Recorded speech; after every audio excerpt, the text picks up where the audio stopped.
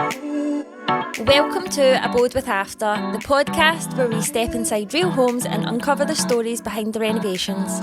I'm your host and interior designer Ashley, and I'm speaking with homeowners and industry experts about what it really takes to transform a house.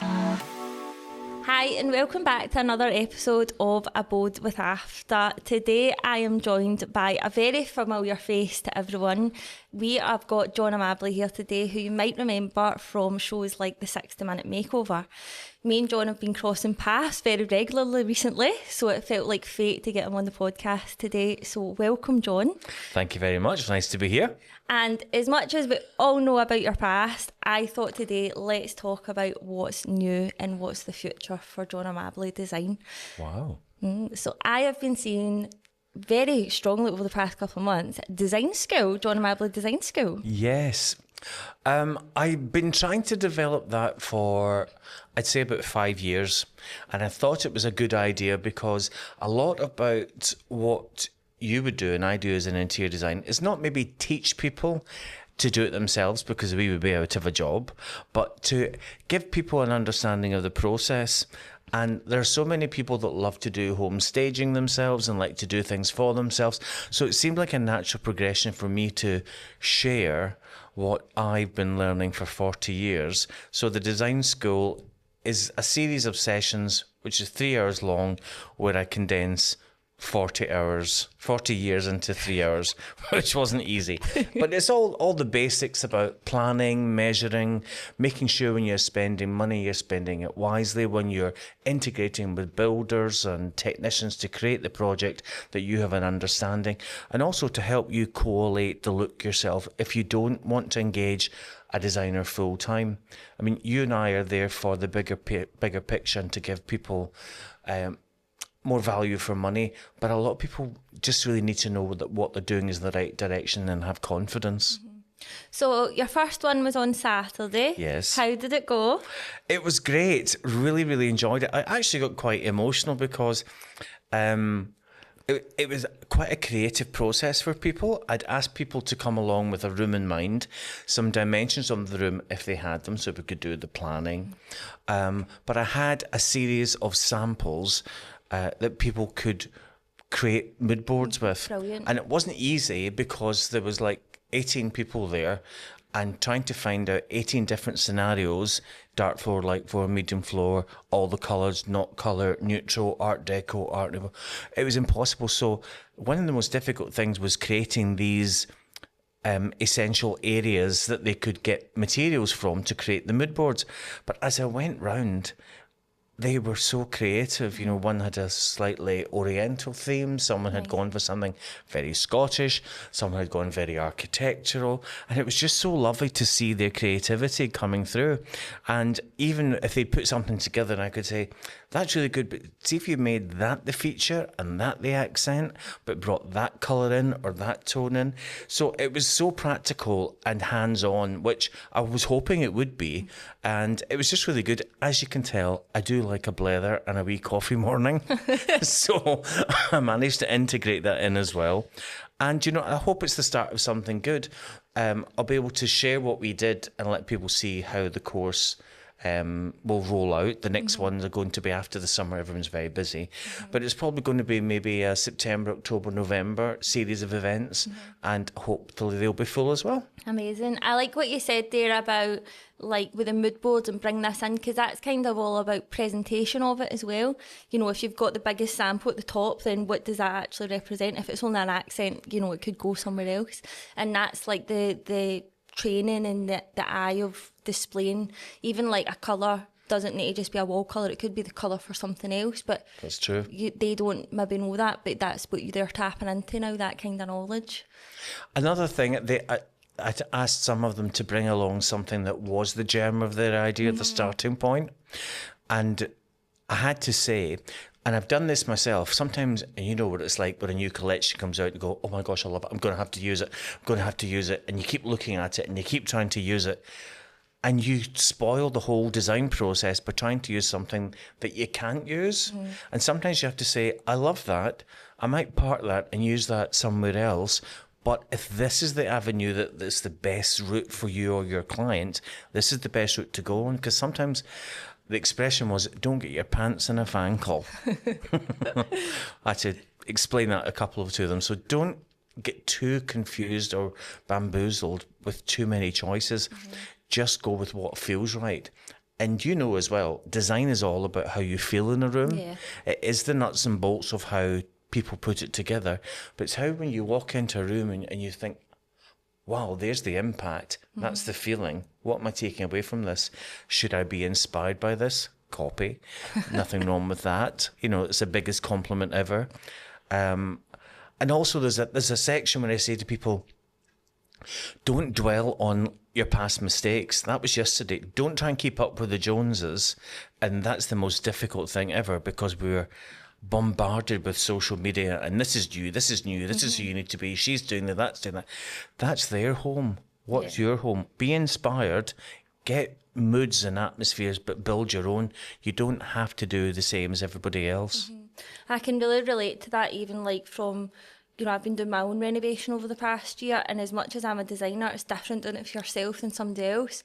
And yours is always the last to get done, but doing my own home, like, I still have my own budget limitations and my own timeline limitations, and as much as I want to test myself and push myself out there, I've had to question, like, am I doing this to try and impress, like, online, or am I doing it because I want to live in that house? And if it comes, that's the ultimate question, and if it's anything to do with, like, for clout, I'm like, why would I do that? Like, it's my house, I need to live here, so I need to bring it back in, and hopefully, like, people can actually see. I've tried to explain online, like, I've chose this because I want to feel like this. Like, my 2 bathrooms are very different because I use them different. In the morning, I want to feel energised and, you know, affirmations and woohoo! So it's the bathroom designed around that. And that's, like, sometimes when you're overwhelmed by too many samples, you can come tapping into that feeling and the energy. I think's like, it can make you decide easier in explaining that to the person. Something, you know, we're all a little bit like magpies that are drawn to shiny things. We're all drawn to something, and we all have to start somewhere. But you probably get this as well. You as a designer and I as a designer, we live in our homes. I would never, and I don't go around the country, or even when I was doing 60-minute makeover, my designs were never about me. It was about what you pull out or create for somebody else. There are some designers who are quite specific. When you think of Lawrence Wellenbowen, who's a long-time friend, we've been designing together for 40 years in different shows. He has a very specific look, and that is his look, and that's his vibe. Even how he dresses, he looks as if he lives in the Palace of Versailles. He actually lives in a 3-bedroom bungalow in Dulwich, outside London. But, you know, that's his vibe, and he takes his vibe to people. I think a good designer, as you are as well, is I'm just presuming that people think we're good designers, by the way. If you think we're good designers, this is the reason why. We're here to help you get it right.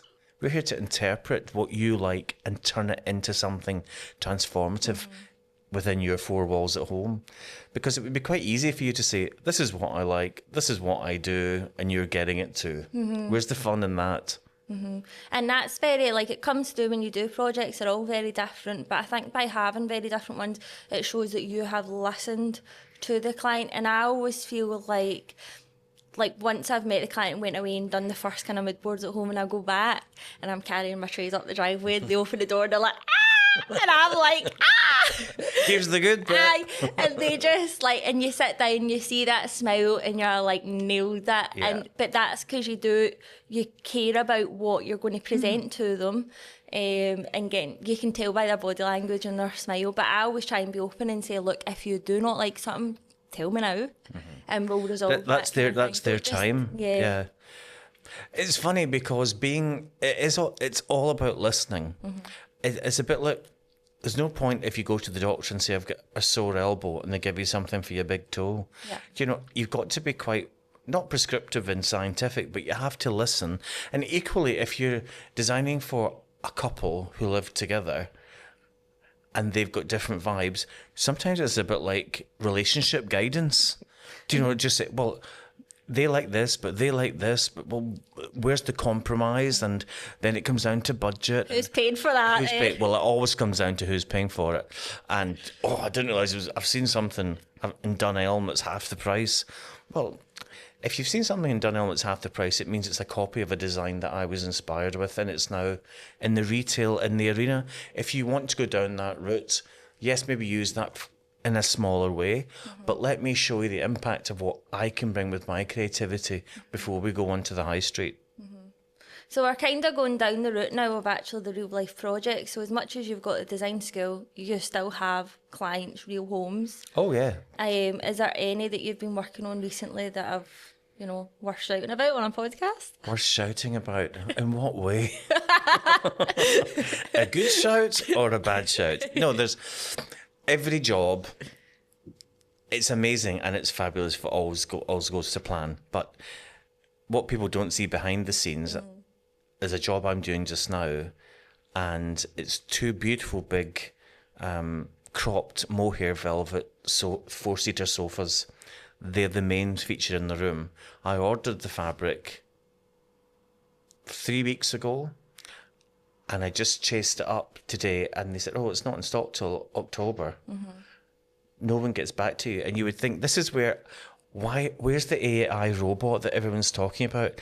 Can you get the AI robot just to reply that it's not in stock and you'll have to choose something else, or will the client wait? Yeah. Can we use the technology rather than everyone saying an AI robot will take the place of a creative designer? It drives me crazy. Yeah. So there are things that in the everyday running of any job that people don't see, and we have to take it on board.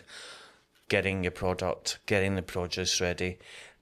Again, I was doing a commercial job, which I love doing commercial jobs as well. It's slightly less personal, but it's instead of designing an experience.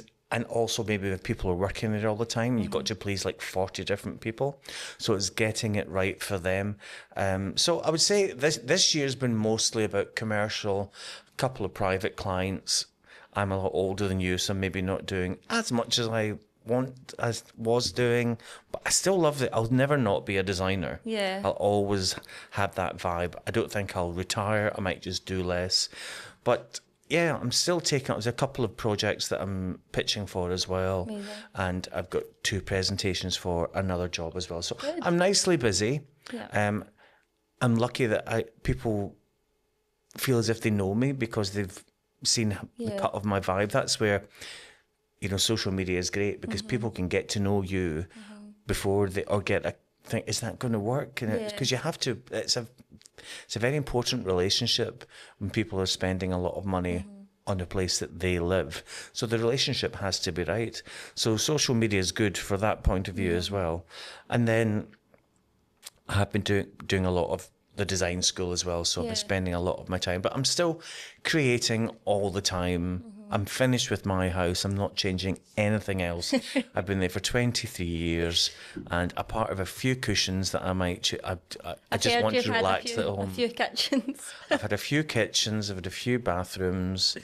I've done everything to the house that I was going to, and I'm pleased. In fact, we're actually thinking about moving. Right. We'll stay local where we are in the outskirts of Glasgow, but we just don't need the size of property. Maybe John's home account will be it. But it's funny it's a funny process as well, because I'm now looking at my home to sell and thinking, have I done anything here that's really a bit off that people are going to think? I want people to come in. There's an expectation when people see your home.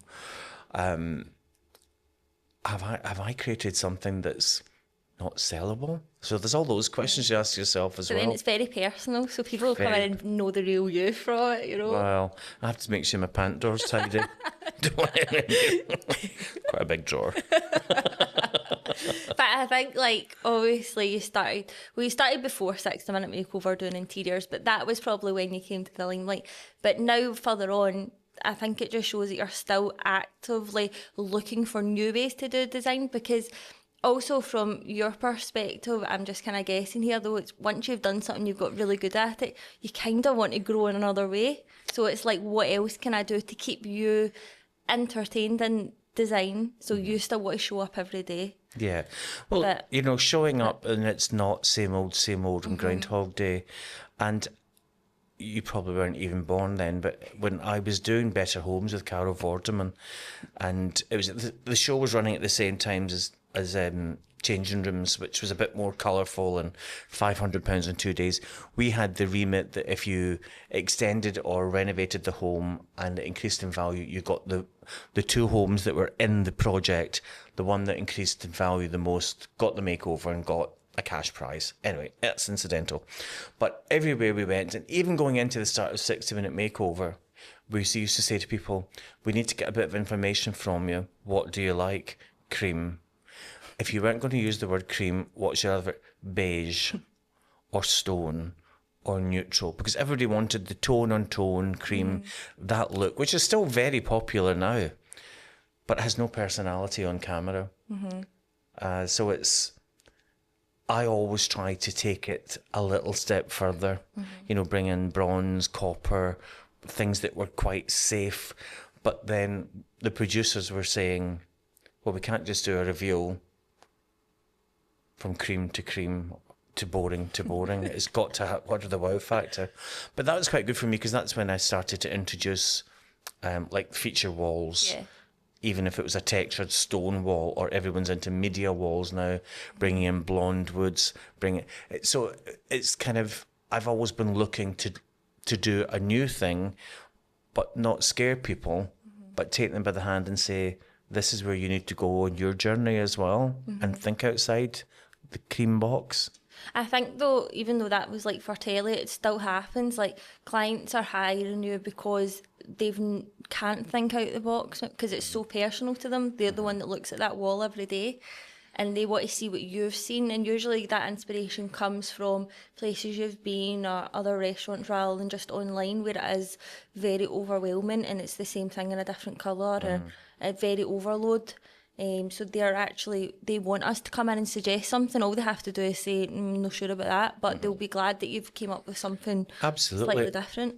I mean, I always, where people can do Pinterest and they have a worldwide access to designers and people's homes and restaurants and hotels daily. You get so bombarded with things. But it's still important that you do a little bit of homework before you talk to a designer so that you can have that communication. In my day, you tore something out of a magazine and put it on a pin in the corkboard panel in the kitchen. Do you know, that's how we worked then, or mood boards were that was the nice thing about the design school. People love to be able to see things, and it's all very well saying there's this AI that can scan this, scan the room, turn it scandy. But until you're having a look at a sheepskin stool or a wool throw and you're touching it, or a beautiful tile that's almost got like a Victorian vitreous finish to it, you know, until you can see these things, it can't always be online. Yeah. And I know it's very tempting to see beautiful pieces of furniture, but I tend not to buy a chair or a bed that I haven't sat on. I can't go and sleep in a bed overnight, but you can get a quick fix. Do you know, if you're making a big purchase, would you buy a car without giving it a test drive? Yeah. There's some things that need to, and with kitchens and bathrooms, major projects for the technical side of things for us, you know, go into the showroom, let them mock it up for you, have the worktop, see the door, put it all together. Don't just keep it all on your phone and be, that looks as if it's going to be lovely. Well, I didn't think it looked like that. But do you know, that's where a designer will help you see things and see the bigger picture. Yeah, definitely. I've worked on like a couple of kitchen and bathrooms. With the kitchens, depending on our budget, I will do the design, but then I take it in.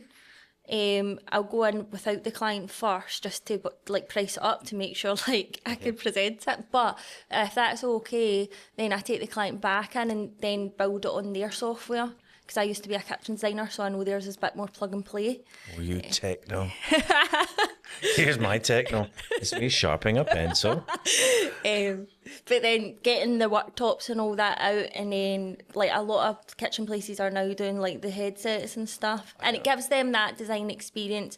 Like, because I work from home, so they're no coming to my house. But getting to take them out into showrooms, and then they get that kind of experience, but they're still getting my eyes on it, as opposed to just letting like whoever works there do it.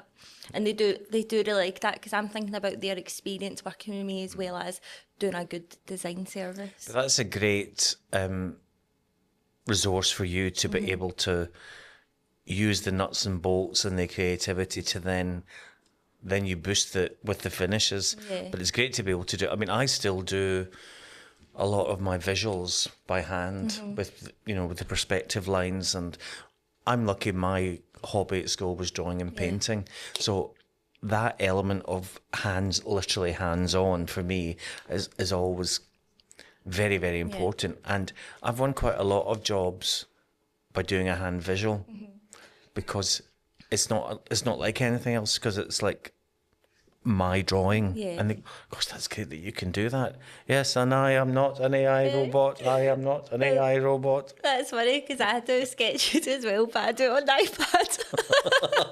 With a pencil. But I do. Do you know what you're getting for your Christmas? A sketch pad, yes. I still actually have all my ones for college and stuff that they're collecting dust, but I'm like, there's still paper in there I don't want to throw out, but I do like seeing you sketch. Even at the end of COVID, and I hadn't painted for literally painting. Been doing plenty of that painting, emotioning, but like I hadn't painted, and I took.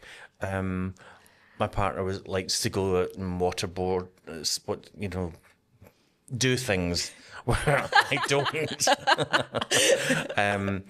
But I took a watercolour set, and I took some and I spent the day, and we were over in Barra. Lovely. And I did these. Well, for me, Steve thought they were amazing. Probably had me down in the Guggenheim Museum or something. Oh, you John's inspirational artist. I was a bit embarrassed to show them, but see the feeling and just the flow of just getting my paints out, and the little bit of landscape, and some of the macher with the wildflowers, and there's a wee deer popping its head up, and I managed to get that. And yes, I framed them, and I'm quite proud of them, but it's a moment. Yeah. I don't think, and that's the nice thing. That's the thing I would say to any person going to a designer, interior design, let them create for you. If I was coming to you, I would say, this is what I'm thinking, but show me what we can do with this. I think what I'm kind of tapping into there is like with the drawing and things, because that's what I like doing in school and things as well. But when you're talking about like you draw the deer's head and that, what you're actually learning is like shapes and composition. It's not just like that's that. It's like, but it takes all these wee bits to make it. And I don't know like what you did in your study time, but when I was there, you took inspiration from something, but then you started like doing different like effects on it, like if you get a bit of paper and you go over it with a pencil and it leaves you like with that mark, and then it's like, right, so how can you use that as a like thing for something else? And that's what they were teaching you. So even though you've got like this shape, you are being taught how you can develop from that in your concept. So it wasn't just like, there's a leaf, let's do a leaf shape. It was like, no, let's look at something else. I think a lot of people that do that then go away from the interior design side, and they get sidetracked into wallpaper or fabric design or ceramics, which I wasn't really. I found that too figurative and too restrictive for me, and I can appreciate it, and I love it when the reps from companies come and show you the new collections, and this is based on this beautiful watermark that we saw in a piece of silk, and this house in Beijing. Oh, yeah, lovely. Jim Thompson silks in Bangkok, all of that kind of thing. I love all of that. But you do that bit, and then I'll tell you if I like it and if I use it or not. Put it together. And if I'd like it a lot, which I did do, I had a shirt made out of it as well. You should have worn it today. Embroider me, baby. So when you were studying, like, what was your kind of like gateway into being an interior designer then? In 1982, when I was in 6th year at school, I had 3 options. 1, 2, 3. Not mathematics, you can see. No. One, I quite fancy being an actor. But I chickened out of my audition just with nerves, and I thought, oh, what's the point? And then my second option was fashion design, and I tried to get into the art schools for fashion. And then the third thing I'd heard about, there was a course in Glasgow of interior design, which in 1982 was really more for things like designing shopping centres, quite architectural interiors rather than homes. Fluffy. The homes that were around then was maybe by somebody in London who had oodles of money and was related to the royal family. Johnny Hicks has got this fabulous shop off the King's Road. It's marvellous. Wait to see those crystal chandeliers. Amazing. So it was a big divide. But as I started to do the course, so I didn't get into fashion school, devastated. I thought I was going to be Glasgow's Boy George. Was a wee bit. Quite embarrassing. Still into my fashion, but I got into this 4-year course, which is now a degree in interior design at Glasgow College of Building and Printing, which is now College of Glasgow. So it was 4 years. Personally, I think it was 2 years too long. I think we could have had it done in 2 years. And the biggest thing about any course or anything you do, it's not what you're doing, where you're doing it, you get the qualification, you know how to do it. It's when you're actually out doing it. So within 6 months, I'd moved to London, got a job in an interior design company, and it kind of started that way. But even at college, if I thought I'd be picking curtains and cushions, I would have said, oh, this isn't for me then, because the industry wasn't there and the interest wasn't there. I've said this before, you probably picked what your mum or what your gran picked, matching curtains, wallpaper, or you went to a big B&Q and got, we pull a bit of wallpaper and took it home. There wasn't that big fashion for interiors at home. And then as I moved to London, and then I moved back from London to work for Scottish Television as a set designer. Because I wanted to move back home. I was awful homesick. For square sausage and mince. I wanted to come home, and a job came up at Scottish Television, and I had to go back. I was a senior designer in London, and I'd worked in Abu Dhabi and Florida, and was doing great things like duty-free shops and really interesting things, but I was homesick. And I got a job to design Taggart for Scottish Television as a set designer. And I grabbed it, and it got me back home. And that made me think about interiors in a different way as well, because what you see on camera, and you know yourself if you're putting images for social media, you go for the images that ping. So I had to make sure everything pinged. So I did Taggart, Dr. Finlay, kids' game shows, Funhouse, the Gunja game show. Don't know what that Funhouse, it's a whole lot of fun. Prizes to be won. Funhouse! It's a Gunja game show. It was great. Very creative. And then I bumped into Carol Smiley, who I used to work in a bar with. She was doing the Wheel of Fortune. I was designing the Wheel of Fortune set. She said, I'm doing this new interior show called Changing Rooms. You'd be great at it. And that just got me led on to Better Homes, 60-minute makeover. And when I was doing that, as well as designing Taggart, someone said, I love all those makeovers you do on TV. Have you got your own company? And I thought, no, maybe I should have my own company. And that's how I started creating interiors for people. And John Amabile Design has been going for 25 years. Amazing. Do you think that, like, through 60-minute makeover and other TV programmes like that, that's when people started to think more about their own homes? Because obviously you were saying, like, back at, like, when you were at college and things, that people just weren't, everybody looks the same as the house they were brought up in, kind of things, and that's what I think that exposed everybody to what other people's homes. Exactly. It got you into, because everyone's nosy. Yeah.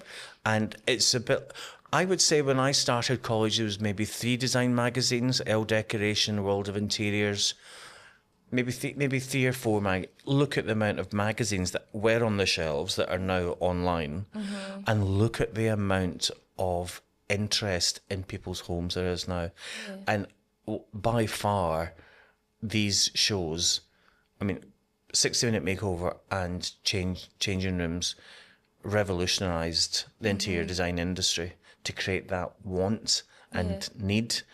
And I think also people actually saw their homes really is, people are much more in touch with themselves now. Yeah. It's not just like wallpaper's wallpaper. Wallpaper is now, that reminds me of, or that makes me feel, or that fabric reminds me of, or, do you know, it's giving, even on shows like Changing Rooms where they don't like it and people are crying and they hate it and they've fallen out, it's an emotion. And I think it started everybody thinking, oh, I want to feel like this. I want to be that person. Yeah. So, yeah, it's funny to see how, and with social media now, I mean, you could start scrolling. I mean, sometimes if I can't sleep, it's the worst thing to do. They say never pick up your phone anyway. But if I start scrolling and then this comes up and there's, oh, look at that job that's going on there. Oh, that's interesting. Or it's a supplier. And it's like you just have to say strawberries over in Greenock and you arrive home and there's 500 images in your algorithm that you love strawberries. So you're constantly tickled and enticed by all these things. It's overwhelming for me. The difference is now, though, that with social media compared to like things like 60-minute makeover, is just, but then you had 60 minutes watching it and now it's 66 seconds, like that, don't like that, scroll. Whereas I remember watching your programme back then and you'd sit there going, I would have done this. Oh, did you? Really? Or look at that. Obviously, we are sitting at the couch and we didn't have budgets and time. Oh, there you go. But like, you got to be involved because you could sit at home and be like, oh, whatever, or I like that, or I think there's something, you got a fire from somewhere and it come up the supplier. So then you're like, oh, I think you could, like, people would check that. Whereas now it's a bit like, know that again, seen it before. And I mean, I've had so much advice and support and suggestions from people when I'm doing social media.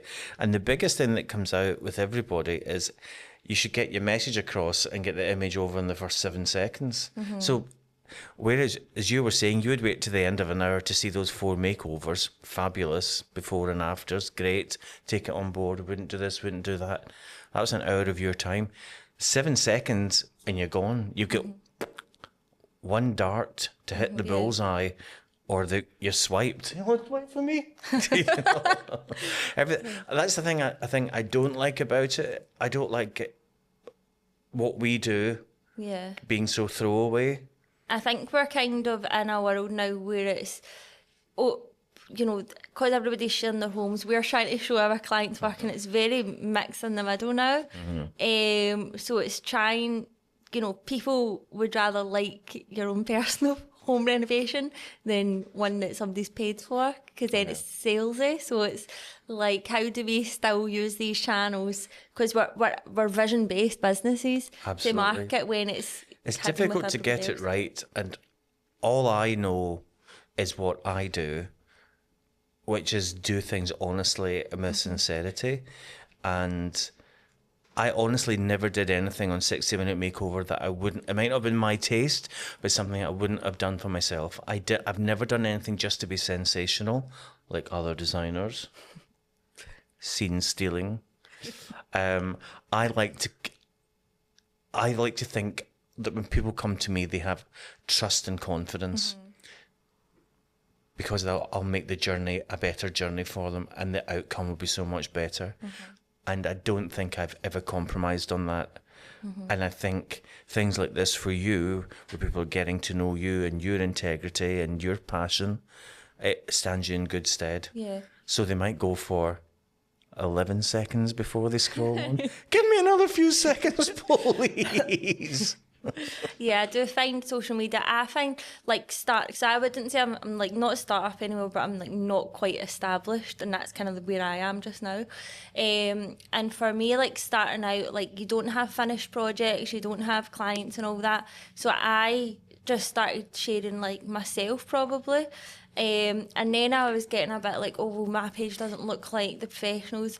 And now I have finished projects, I was like, we'll get some nice photos. The nice photos don't actually do as well as you just going on and talking like shit. So I just kind of do that. And now what I'm trying to do is, like, I'm kind of, like fine-tuning my services and the progress of them.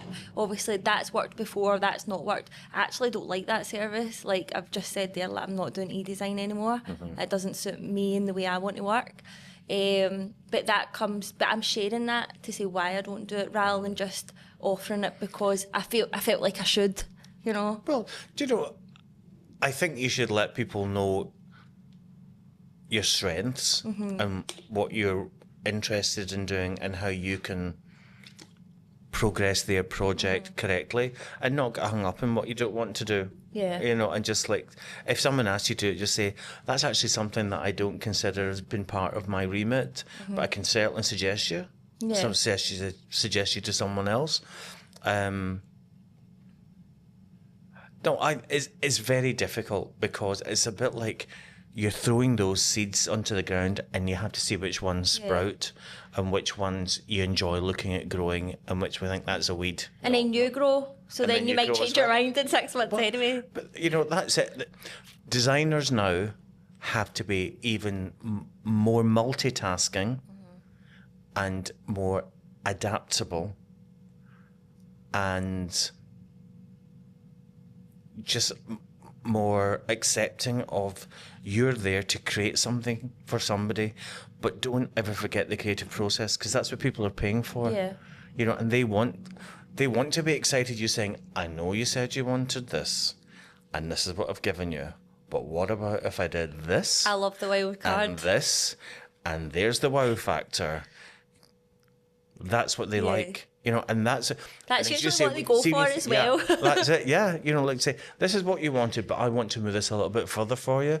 I'm sensing that you would be this kind of person and you'd be drawn to this and this will appeal to you and this is wipeable because you've got 2 kids with sticky fingers or your husband, you can't say husband or wife, he, she, they, it, anybody can have design. Anybody in any relationship or on your own if you want to be on your own. It's how it works for you. But that's something that they don't teach you at college. Yeah. That's something that you have to learn by talking to people. Yeah. And if people trust you and open up to you, it's a good relationship. I'm still friendly with it was a woman who I'd taken a stand at an exhibition. I thought, God, you know, I've got to sell this to pay for the stand and before I make any money. And it was the last day and everyone's going, yeah, I love what you do, but are you expensive? I said, well, I'm value for money and this is how I'll make you. But how much are you? Well, I'm this per room, or I could be like a quantity surveyor. Let's see what we spend and a percentage. But there has to be time because I'm not just sitting jumping through the field with a basket, picking daisies and going, nice. I do that on a Sunday sometimes. So you've got to then take it and have the trust of people. And you know, that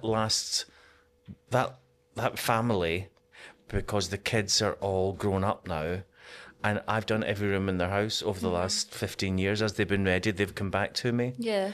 And that's been really rewarding. And I think the kids still call me Auntie John.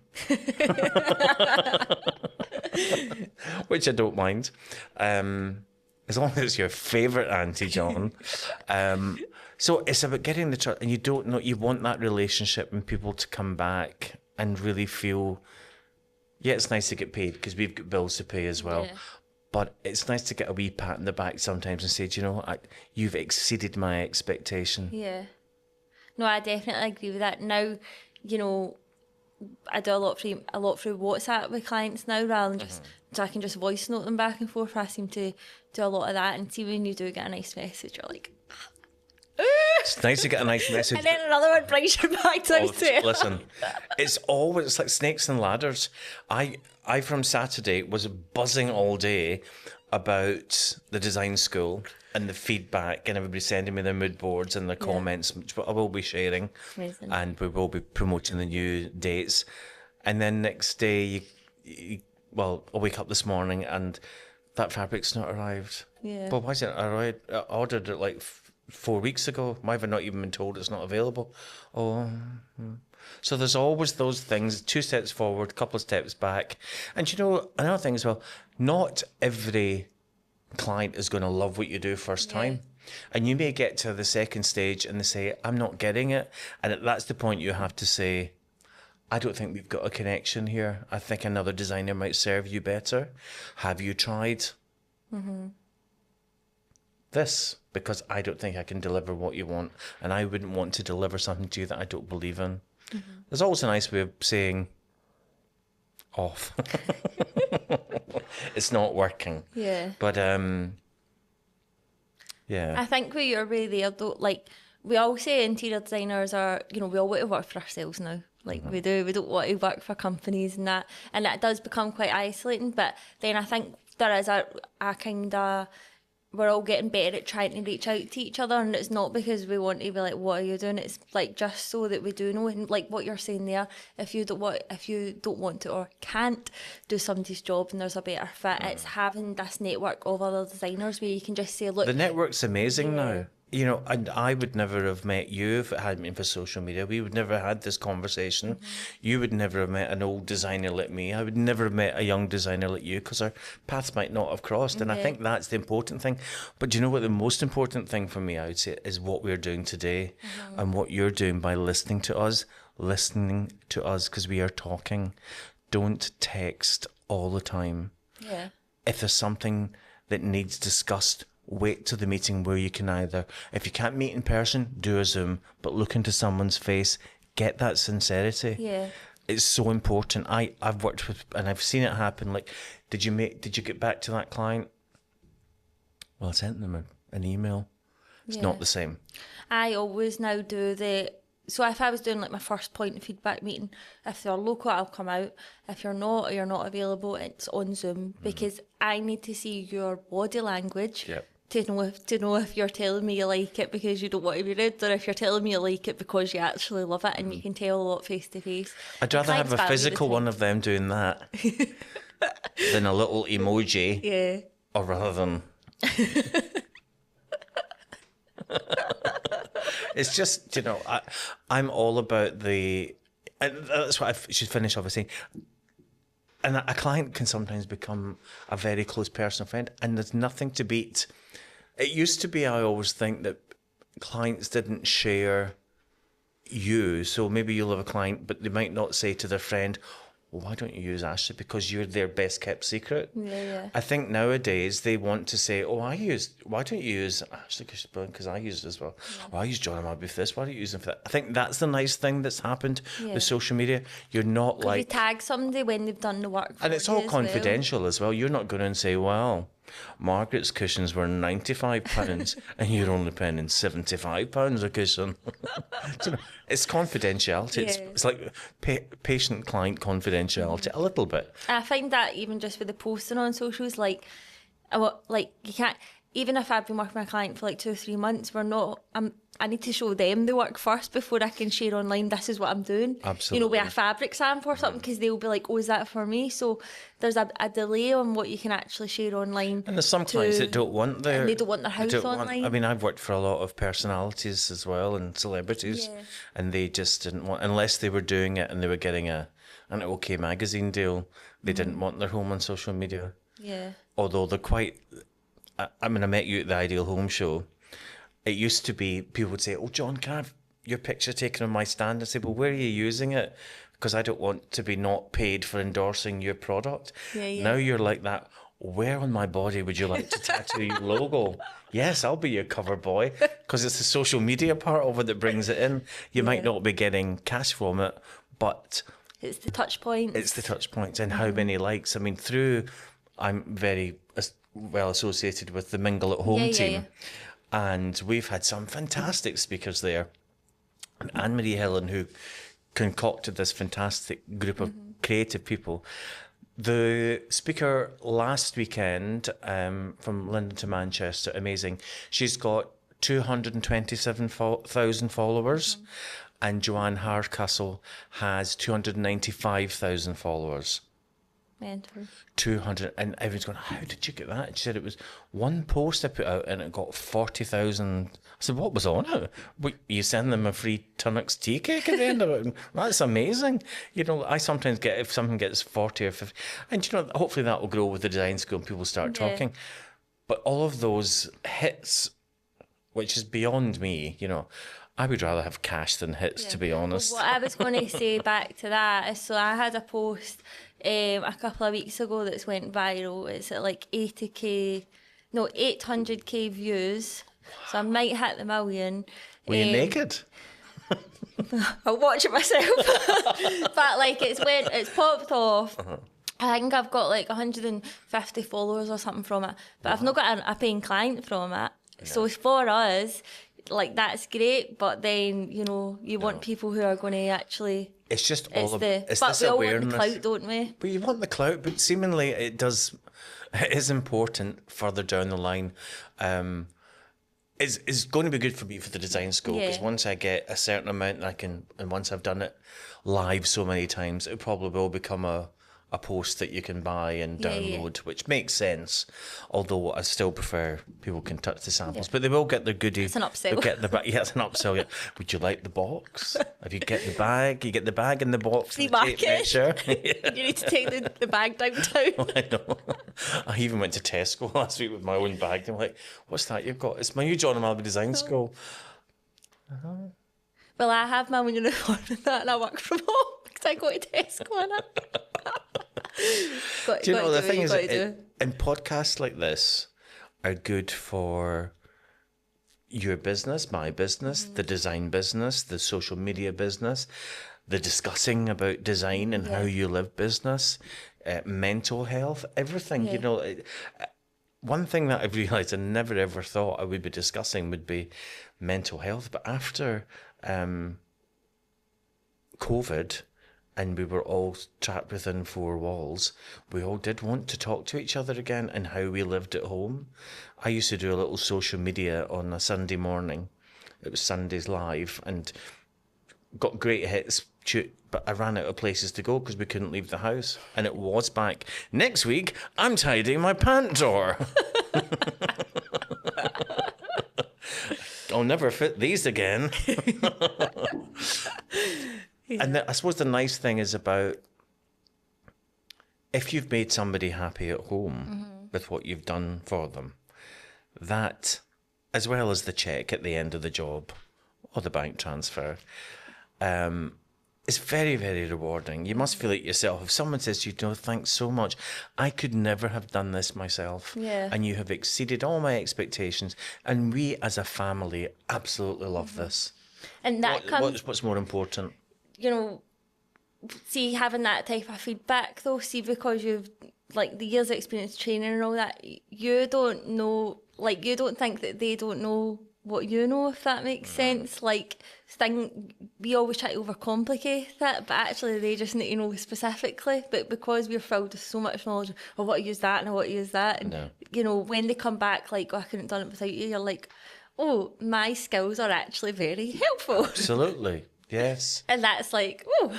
Yeah, well, you have to have, and it's not for your ego, but you need to get feedback. But you need to know you're doing a good job, so you can even improve. If I said, I never ever would have had lime green in my house, and you introduced lime green, and I love it. Yeah. So thank you for that. It could be as simple as that, a one line, a colour they never thought they would use, as opposed to, do you know what? I know that it was a real upheaval, but didn't that make a difference, swapping your kitchen to the back of the house rather than the front, because all the services are up the back, and it made service, and now you've got your family living that opens onto your lovely patio. Didn't that work? Yeah. And I think a lot of people don't realise that we're not here just for the touchy-feely parts. Yeah. It is how the room works. I love space planning. Like, I absolutely love it. Yeah, I mean, it's the most important. There's no point if the room doesn't work at that end, and the room's not lit properly at that end, two key things, planning and light, there's no point in doing it. Yeah, I love it. Because the most beautiful thing could just be dismissed and not appreciated or not work. And even, like, so if I'm doing a space plan, obviously, like, it's kind of obvious sometimes, but you need to try and test out, even testing one that I don't think will work, just to be like, it doesn't work, at least I know that. And that's obviously, it's very common for people who have moved into the new houses because they put the furniture where the previous owner put the furniture, but then they don't live that way, and their dining table is not the same size and it doesn't fit there, and they can't understand why it's not quite the nice thing about, you'll be too old to have this conversation, but I'll tell you, in homes and planning before people had TVs, the fireplace was the focal point. Yeah. There was a radio, but it could be anywhere. But the fireplace was the focal point of the room. So you always had your 2 armchairs and your sofa, all on fire. Then you had your TV. It came into the planning. So you had to take an armchair away. So there was less places for people to sit. The nice thing about media walls is we're now getting that social space again where you can look at each other plus see what you're to the feature or the... And it's very symmetrical as well. We can get back to symmetry. And that symmetry works on planning because of a word I used last week, ergonomics, the planning, the height, the physicality The way of it how gets built. everything. And you'll know that from kitchen design, that, you know, you're 90 centimetre high, you're 50 centimetre clearance, and eye level your turning things point, your triangle working space. All of these things are there for a reason, not because we just fancy it to look nice. They have to be there. So where you putting your cup of tea, where you propping your feet up, you know, where's the dog going to sit when you're watching Coronation Street? Lovely, Mr. Bond. Yeah, there's lots and lots of ways in which design has changed. And that's why I love talking to you young ones, because it invigorates me again. And I don't really want to be a techno, but I know I'm going to have to get all that side out of my business still out there and promoted. But I don't want to be bogged down with scanners and this scan does, and there's a thing here that you walk out the room and it'll do all your... I still quite like measuring up a room. Yeah, so do I. I still quite like all the hands-on joinery bits and... Yeah. I think there's even me, so I've been, I graduated in 2019 from uni, so I feel like I've been out quite a while now where the new students coming through, like their visuals are better than mine and they're on a different software than mine.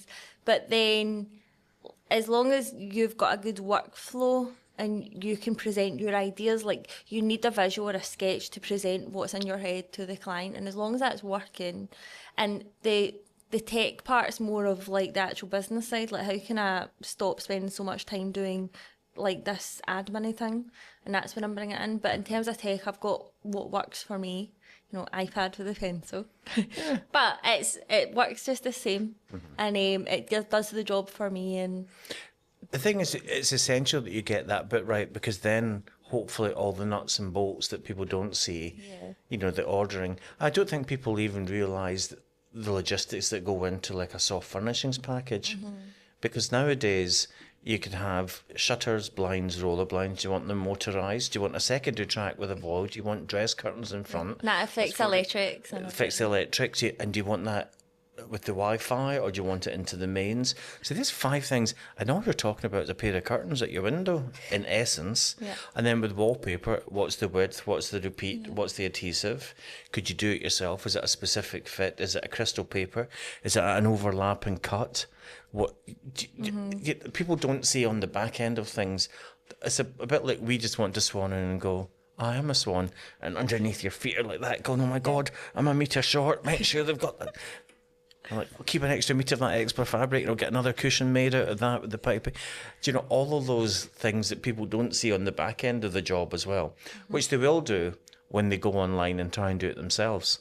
Because I'm sure out there are hundreds of people that have bought something, a beautiful vase, and they take it out the box.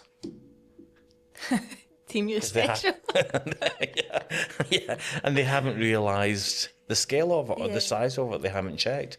That's where we come into, you know, It's very chicken and egg, I think, with design. Like, if you're, let's say somebody has bought the vase and then they build the alcove, but the measurements weren't right in the alcove to fit the valve in it. It's like, and that's where we come in, or the electrics need to be actually planned first, even though, or like your furniture gets planned to base your electrics off of that, but the electrics get fitted first. That's why a plan needs to absolutely be made. It's first and foremost what they say, planning, and there's an old joinery term: measure twice, cut once, always double check. I mean, the amount of times on 60 Minute Makeover and the TV team loved it for the Jeopardy, where we could take the window out to get the sofa in. Because it did fit in the room, Yeah. but no one had checked If it fit for the that you can actually, you know, or it was going up a close like that, or there was a wind in the staircase and it was a 3-seat and there wasn't enough room. And that's why a lot of the time we use flat pack furniture. I can't remember, it was like slotted MDF and then you put the pads on. I hated it, but sometimes it was the only way you could get it into the room. But planning is key. Yeah, and a good design plan. It's funny when we condense everything that we've done onto the design plan, but it's really the supportive document. I now kind of do like an install pack as well. So obviously I'm not a project manager, but through experience, when joiners have been on site and they phoned me and says, what's the time, like just staff things, and I'm like, right, I need to make sure that's included now. And it's to lay as much off the homeowner as I can, because technically they don't need to phone them, because information's there. But that's something that it protects your time down the line. protects your time as well. But the thing is, if you do, when I'm presenting, say this is the design and this is everything you need to do the job. If you would like me to implement it for you, that's the charge. Yeah.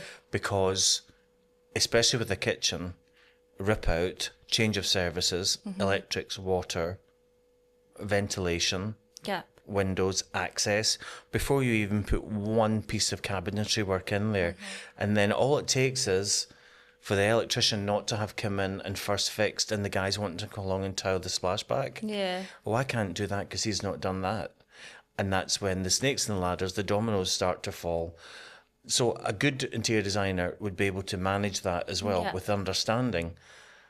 But that's not always easy. I mean, that's why I don't particularly, I always rely on, like you're saying, you'll design, but you'll take it to the kitchen company. Yeah. So they'll facilitate it because they'll make sure all the trades happen at the same time. Yeah.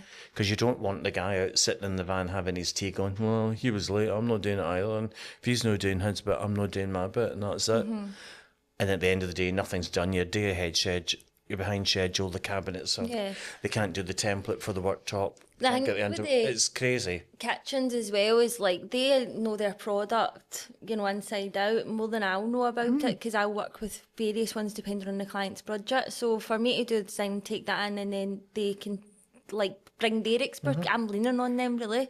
I don't go to the dentist and say, oh, do you know what I think you should do here? I think you should take this, shave this molar down and move this out and give me a plate. What you're going to do for me, you'll let your expertise enhance me or enhance my home. Yeah, amazing. So we've got some little questions from our Instagram podcast followers just to finish off today. They're really good questions, but I've not actually told John what they are.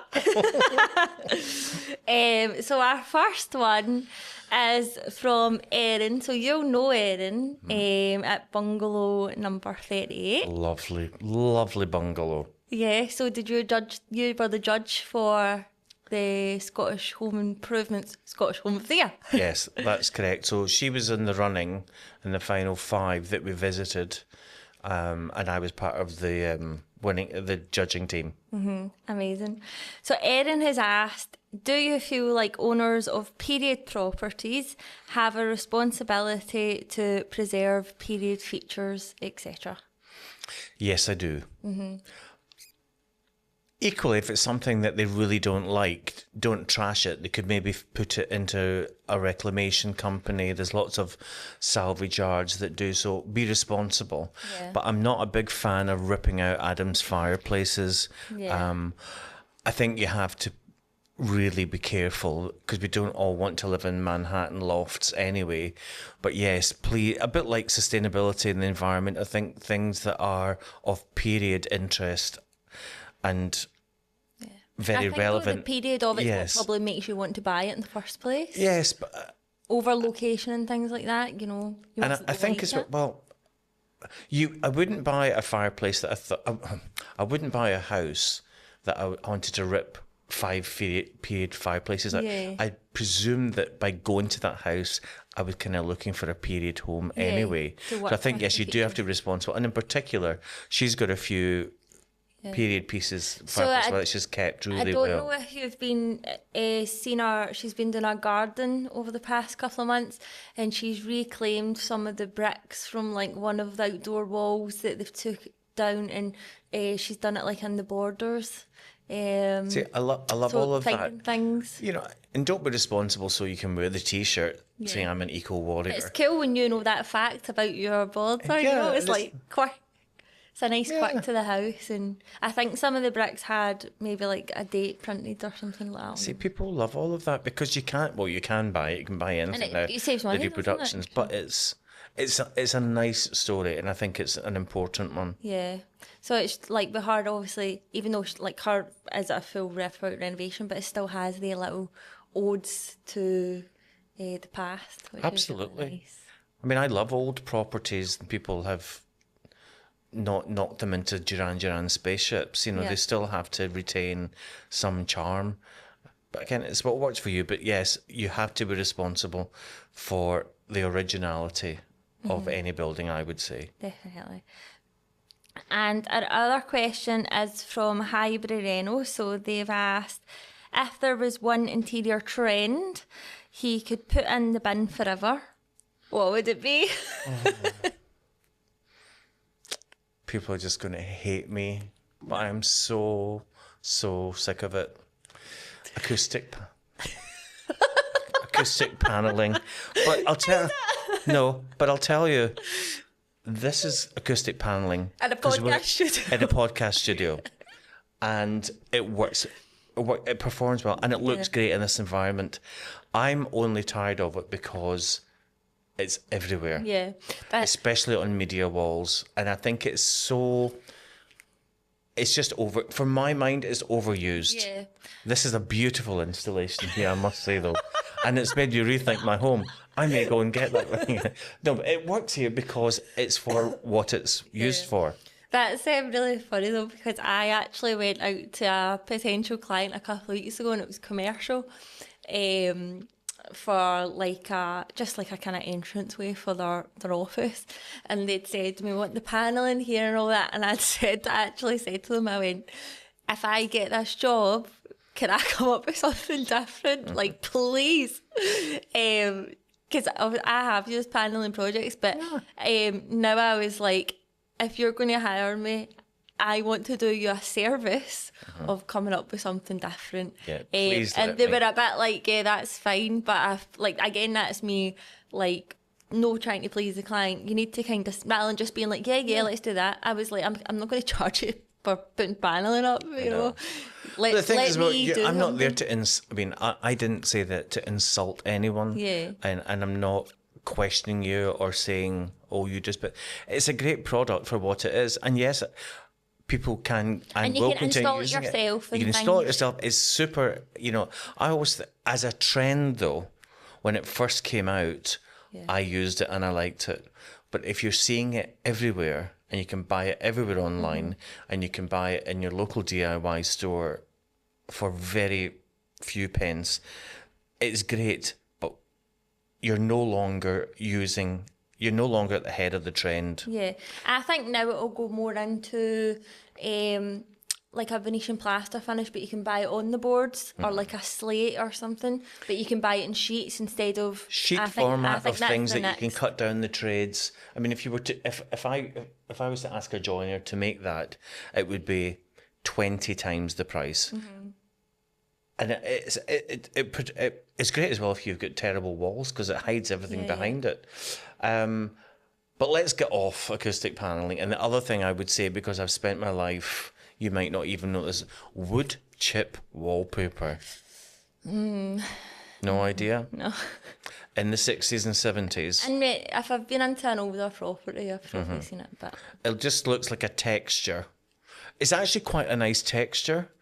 It looks like a white chocolate-covered digestive biscuit or a hobnob. I'm not sponsored by hobnobs, but I do love them.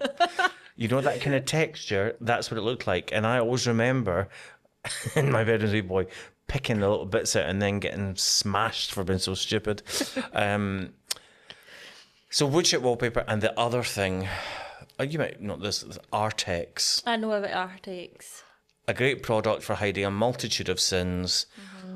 I grew up in it. I know every stripe, swirl, stamp, scroll effect there is, but it's a nightmare, especially on the ceilings if you want a smooth ceiling again.